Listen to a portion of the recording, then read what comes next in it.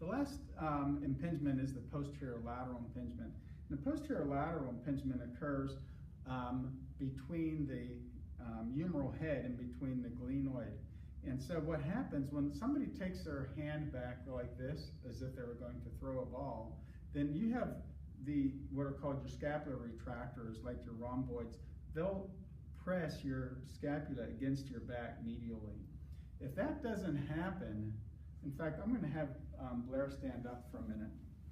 This will help you to understand. If when she brings her arm back like this, like she's going to throw something here, if this scapula does not retract or press against the body here, and it stays rotated this way, when she brings this back, then you can see we might get some impingement here from the infraspinatus. The supraspinatus sometimes gets caught up in there too.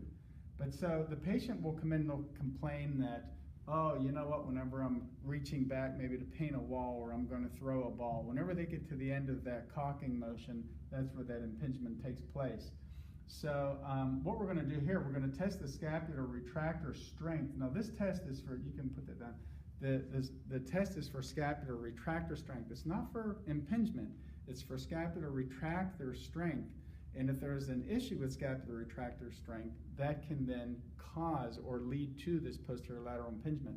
But this is not really an impingement test like the other ones, although this is the closest thing we have.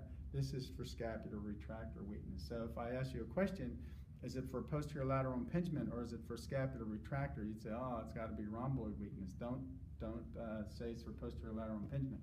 So the first thing we're going to do is we're going to have our patient, we're going to have her pinch her scapula together actively, and we're going to see if she can hold this for 15 seconds. If she can't do that, then of course she has scapular retractor weakness, which may be the cause of the problem.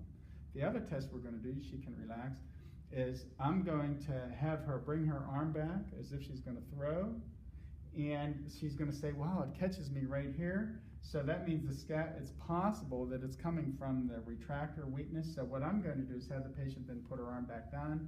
I'm going to come up behind the patient and stabilize here, and I'm going to compress right here against her body. So I'm actually going to take her scapula and I am going to press it against her body to try to keep this space here between the glenoid and the humeral head patent.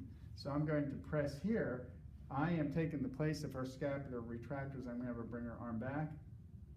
There you go, just like that. And now if she says there's no more pain, it doesn't pinch when she's there, then again, that's an indicator that she has scapular retractor weakness, posterior lateral impingement syndrome possibility.